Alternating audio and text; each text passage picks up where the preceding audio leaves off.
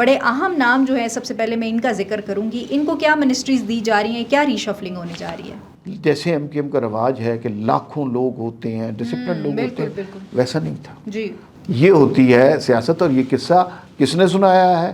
یہ قصہ مصطفیٰ کمال نے سنایا ہے. پاکستان نے عسکری میدان پر لازوال کامیابی حاصل کی, ساری دنیا نے اس کی تعریف کی.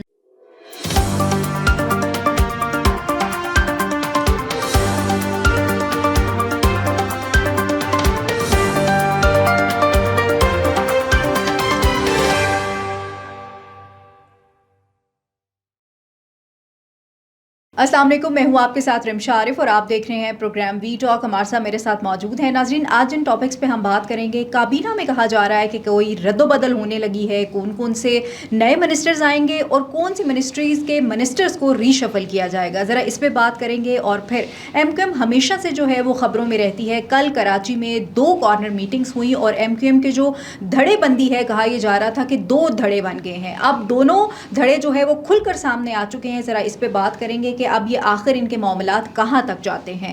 اور پھر کل بلوچستان میں ایک بہت افسوسناک واقعہ پیش آیا جو کہ واشک کے علاقے ماشا خیل میں 5 غریب مزدوروں کو بے دردی سے قتل کیا گیا ہے اور یہ غیر بلوچ تھے. بڑا ہی افسوسناک واقعہ ہے, جتنی اس پہ مذمت کی جائے وہ کم ہے. اب دیکھنا یہ ہے کہ ریاست آگے اس پہ کیا پالیسی اپناتی ہے, اس حوالے سے بات ہوگی. اور کل مولانا فضل الرحمان صاحب نے ایک بیان دیا ہے جو کہ بڑا غیر مناسب سا بیان ہے. انہوں نے فوجی جو ہمارے فوجی جوان ہیں جو قربانیاں دیتے ہیں, جو شہید ہوتے ہیں, ان کی شہادتوں کو تنخواہوں کے ساتھ منسوب کیا ہے. آخر یہ کیا معاملہ ہے, اس پہ ذرا بات کریں گے کہ مولانا صاحب نے یہ اسٹیٹمنٹ دی کیوں ہے. انہی موضوعات پہ آج بات ہوگی پروگرام میں. ویلکم ٹو دا شو عمار صاحب. سب سے پہلے تو ذرا کابینہ کی بات کر لیتے ہیں. کون کون سے نئے منسٹرز آ رہے ہیں اور کن منسٹرز کو ری شفل کیا جا رہا ہے؟ خبریں کچھ اس طرح سے بھی آ رہی ہیں کہ رانا ثناءاللہ, محسن نقوی, اسحاق ڈار صاحب, بڑے اہم نام جو ہیں سب سے پہلے میں ان کا ذکر کروں گی. ان کو کیا منسٹریز دی جا رہی ہیں, کیا ری شفلنگ ہونے جا رہی ہے؟ اچھا, تھوڑے عرصے پہلے بھی یہ خبر آئی تھی کہ کابینہ میں رد و بدل کا امکان ہے, لیکن پھر بعض ذرائع کی جانب سے اس امکان کو رد کر دیا گیا کہ کوئی نہیں کابینہ میں تبدیلی ہوگی. تو اس کا مطلب ہے ویسے ہی جو افواہیں اٹھتی ہیں, بال اٹھتا ہے, پھر اس کے بعد ختم ہو جاتا ہے. لیکن کل سے یہ بات زیادہ تقویت پکڑی ہے. وزیر اعظم نے بھی سنا ہے کہ کسی ایک اجلاس میں کچھ وزارتوں اور وزراء کی کارکردگی سے ناخوشی کا اظہار کیا ہے. اچھا, اب جو ہمارے رپورٹر ہیں بلال عباسی صاحب, انہوں نے ایک رپورٹ کی ہے. ظاہر ہے یہ باتیں آخری لمحے تک حتمی نہیں ہو سکتی, لیکن ان کے جو ذرائع ہیں, انہوں نے ظاہر ہے آگے لوگوں سے بات کی ہوگی, ان کے ذرائع جو کہانی سنا رہے ہیں وہ کچھ اس طرح کی ہے کہ اسحاق ڈار صاحب تو ڈپٹی پرائم منسٹر رہیں گے, لیکن ساتھ ہی وزیر خزانہ کا بھی انہیں رول مل سکتا ہے. اور وزارت خارجہ جو ہے وہ محسن نقوی صاحب کے حوالے سے ہوگی. اور جو باقی لوگ ہیں, تو وزیر خزانہ پھر کہاں جائیں گے؟ اورنگزیب صاحب وزیر خزانہ کا میرے خیال میں وزیر خزانہ یہیں پہ جائیں گے. لیکن ایک بڑا انٹرسٹنگ ایسپیکٹ ہے, 2 لوگوں کو, کیونکہ نوجوان لوگوں کو سامنے لانا ہے, بلال اظہر کیانی اور بیرسٹر عقیل. یہ ابھی وزیر مملکت ہیں, ان کی ٹریننگ ہو چکی ہے, اب ان کو بڑے پورٹ فولیو پہ لے آیا جائے گا. اور میں دونوں کو ذاتی طور پہ جانتا ہوں, دونوں نے اپنی وزارتوں میں بڑی محنت کی. اچھا, بلال اظہر کیانی کے حوالے سے بات ہو رہی ہے کہ شاید وزیر تجارت ان کو بنا دیا جائے, اور وہ بڑے قابل وزیر ہیں, جیلم سے ان کا تعلق ہے, انہوں نے بہت محنت کی ہے. بیرسٹر عقیل بھی ہر معاملے میں بیانیے کے محاذ پر ریاست کے ساتھ بھی کھڑے ہیں, اپنی وزارت میں بھی بہت محنت کی ہے, تو ہو سکتا ہے ان کو بھی پوری وزارت مل جائے. 3 نئے لوگوں کے نام سامنے آ رہے ہیں. اچھا, ایک تو نوشین افتخار, آپ نے جانتی ہوں ڈسکا کے حوالے سے بڑی معروف خاتون ہیں, ہم نے یہاں پر ان کا انٹرویو بھی کیا. بڑی دبنگ خاتون ہیں, دلیر خاتون ہیں. ان کے حوالے سے سنا ہے کہ ان کو بھی کوئی وزارت دی جا رہی ہے. دوسرا نام آ رہا ہے بابر نواز کا.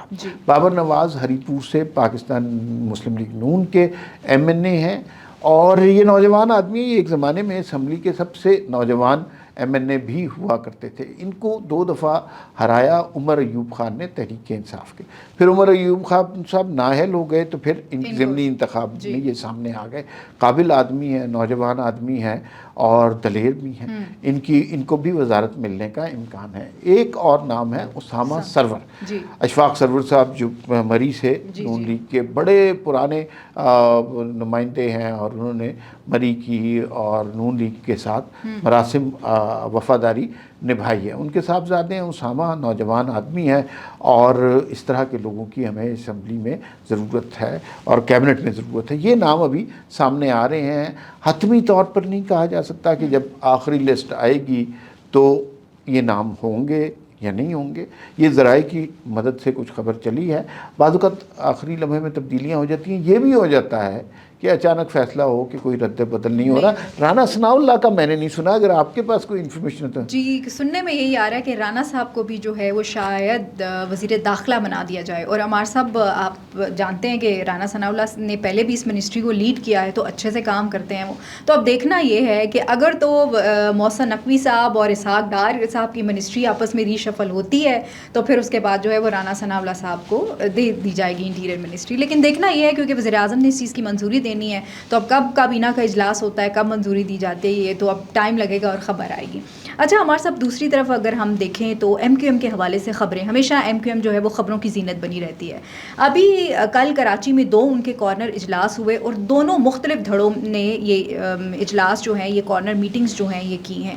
کیا مسئلہ آ رہا ہے آپس میں ان کا دوبارہ سے جو ہے وہ لڑائی جھگڑا کھل کر سامنے آ گیا ہے یا کیا مسئلہ ہے؟ بات یہ ہے کہ یہ بات تسلیم نہیں کی جا رہی تھی. جی, اب تسلیم کی جا رہی ہے کہ MQM دھڑوں میں تقسیم ہو گئی ہے. اچھا. ورنہ 2 دھڑے تھے, MQM لندن, MQM پاکستان.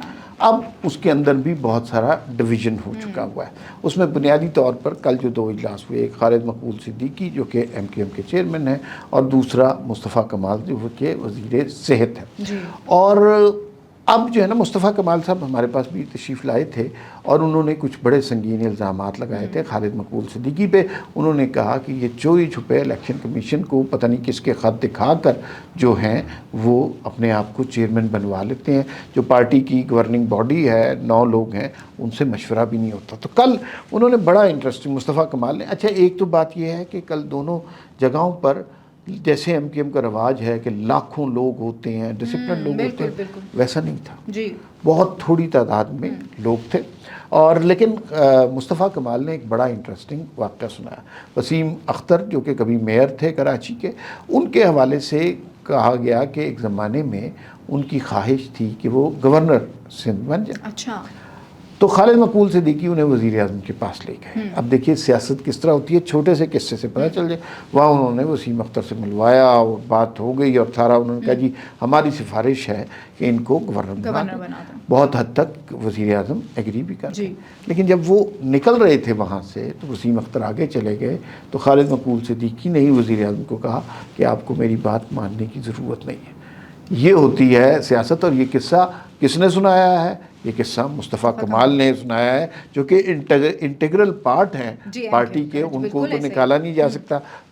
تو یہ دیکھیے اندر کی لڑائیاں کیسی ہوتی ہیں. لیکن میرے خیال میں ایک نیا چیئرمین جو ہے اب ضرورت ہے MQM کو, اور کافی عرصہ ہو گیا خالد مقبول صدیقی صاحب کو, کسی نئے شخص کو سامنے آنا چاہیے. تو کون سا نیا شخص آپ سمجھتے ہیں کہ آ سکتا ہے؟ دیکھیے یہ تو فیصلہ اس پارٹی کے کارکنوں نے کرنا ہے. مجھے میری ذاتی رائے تو میں بہت زیادہ متاثر ہوں مصطفیٰ کمال سے کہ جس طرح میئر کے دنوں میں انہوں نے کام کیا تھا, کراچی کی صورتحال بہتر کرتے تھے. اور کراچی کی صورتحال بہتر کرنا کسی کے بس کی بات نہیں ہے, لیکن انہوں نے کر کے دکھا دیا. 2 لوگ ہیں جنہوں نے کراچی میں جینوئن کام کیا, ایک نعمت اللہ صاحب جماعت اسلامی کے جب میئر بنے تھے اور دوسرا مصطفیٰ کمال صاحب. انہوں نے تبدیلیاں لائیں تھیں. تو اب وزیر صحت ہے, وہاں پر بھی کام کر رہے ہیں. مجھے یوں لگتا ہے اس طرح کے ڈائنامک آدمی کو پارٹی کی قیادت دینی چاہیے, لیکن یہ بنیادی طور پر ورکرز کا فیصلہ ہے. چلیں دیکھتے ہیں کہ ورکرز کیا فیصلہ کرتے ہیں. اچھا عمار صاحب, کل بہت افسوسناک واقعہ بلوچستان میں پیش آیا ہے. 5 غیر بلوچوں کو جو ہے وہ بے دردی سے قتل کیا گیا ہے. آپ کیا سمجھتے ہیں؟ پہلے بھی ہم نے ایسے واقعات دیکھے, اب ریاست نے کیا اس کے اوپر اسٹریٹجی بنائی ہے کہ کس طرح سے کاؤنٹر ہوں گی چیزیں؟ دیکھیے یہ واقعات بڑھتے جا رہے ہیں، اور اس کے بڑھنے کی وجہ ہمیں بالکل سمجھ آ جانی چاہیے۔ پاکستان نے عسکری میدان پر لازوال کامیابی حاصل کی، ساری دنیا نے اس کی تعریف کی۔ پاکستان نے سفارتی میدان میں لازوال کامیابیاں حاصل کی، ساری دنیا اس کی تعریف کری۔ یہ بات ہمارے دشمنوں کو ہضم نہیں ہو رہی، اور وہ اپنی پراکسیز کے ذریعے پاکستان کے اندر فساد پھیلانا چاہتے ہیں۔ فتنۃ الہندوستان کا مقصد ہی یہی ہے۔ بہت سے لوگ بلوچستان کے بارے میں، جو ہمارے سیکولر لوگ ہیں، وہ یہ فیشن ہے نا کہ وہ سمجھتے ہیں کہ یہ حقوق کی جنگ ہے۔ یہ بالکل حقوق کی جنگ نہیں ہے۔ حقوق کی جنگ ہوتی ہے، حقوق کی جنگ ضرور کرنی چاہیے، عوام کو حکومتوں سے مطالبات ضرور کرنے چاہیے، ان کی کسی بات پر ناراضگی ہے تو اس کے اوپر اپنی آواز بھی اٹھانا چاہیے۔ لیکن مجھے یہ بتائیے، آپ ساری دنیا کی تاریخ دیکھ لیجئے، دنیا میں کسی حقوق کی جنگ میں بسوں سے شناختی کارڈ دیکھ کر لوگوں کو قتل کیا گیا؟ کبھی بھی نہیں کیا۔ تو اس کا مطلب ہے کہ حقوق کے مطالبات اس طرح نہیں منوائے جاتے۔ آپ ڈسکشن کرتے ہیں، ڈائلاگ کرتے ہیں، بات چیت کرتے ہیں، تب آپ کے حقوق مانے جاتے ہیں۔ لیکن یہاں پر صورتحال کچھ اور لگتی ہے۔ یہاں پر ہمیں یوں لگتا ہے کہ، اور اس کے بڑے واضح ثبوت بھی ہیں، کہ افغانستان سے یہ دہشت گرد آتے ہیں، اور ایک ایڈوانٹیج ہو گیا ہوا ہے۔ ایڈوانٹیج یہ ہو گیا ہے کہ چاہے اسے ہم ٹی ٹی پی کہیں، داعش کہیں، بی ایل اے کہیں، بی وائی سی کہیں، یہ مجید بریگیڈ کہیں، یہ سارے اکٹھے ہو گئے۔ ایک نیکسس بن گیا نا، ان کا اکٹھا ہونا فائدہ ہے، کیونکہ ان سے اب ایک ہی دفعہ نمٹا جائے گا۔ میرے خیال میں جو D G I S P R نے پریس کانفرنس کی تھی، وہ اس بات کا اندیہ تھا کہ آنے والے دنوں میں ایک سخت اور آخری آپریشن ہونے والا ہے، ایک ایسا سخت آپریشن کہ جس کے بعد مزید آپریشن کی ضرورت نہیں پڑے گی، اور ان کی صرف کمر نہیں ٹوٹے گی، ان کی ہمت بھی ٹوٹے گی۔ بالکل ایسا ہی ہے، ہمت بھی ٹوٹے گی۔ اور آپریشن شابان جو ابھی کچھ دن پہلے کیا گیا تھا، اور وہ ابھی سٹل چل رہا ہے، تو بڑا اچھے طریقے سے لے کے چل رہے ہیں، اور عوام جو ہے وہ سیکیورٹی فورسز کے ہمارے ساتھ کھڑی ہے۔ اچھا، ایک طرف تو ہمارے سب ہم یہ بات کرتے ہیں کہ عوام اپنی سیکیورٹی فورسز کے ساتھ کھڑی ہے، لیکن کل مولانا فضل الرحمان صاحب نے ایک بیان دیا جو کہ بڑا غیر مناسب سا بیان ہے۔ وہ بات کرتے ہوئے بھی لگتا ہے کہ یہ بات مولانا صاحب کو نہیں کرنی چاہیے تھی۔ بڑے زیرک سیاستدان ہیں، چیزوں کو سمجھتے ہیں وہ، لیکن انہوں نے جو فوج کے جوان ہیں، جو شہید ہوتے ہیں، جو قربانیاں دیتے ہیں، ان کو تنخواہوں کے ساتھ منسوب کرنا، یہ کیسا بیان تھا؟ میں تو بہت حیران رہی عمار صاحب ان کا یہ بیان سن کے۔ اچھا، مولانا فضل الرحمان کا میں ذاتی طور پہ بڑا قائل ہوں، بہت اچھی گفتگو کرتے ہیں، اور کبھی ان کی گفتگو میں ایسا نہیں ہوتا کہ کوئی ایسا جملہ ہو جس میں جھول ہو، ایسا خیال ہو کہ جو کہ درست نہ ہو۔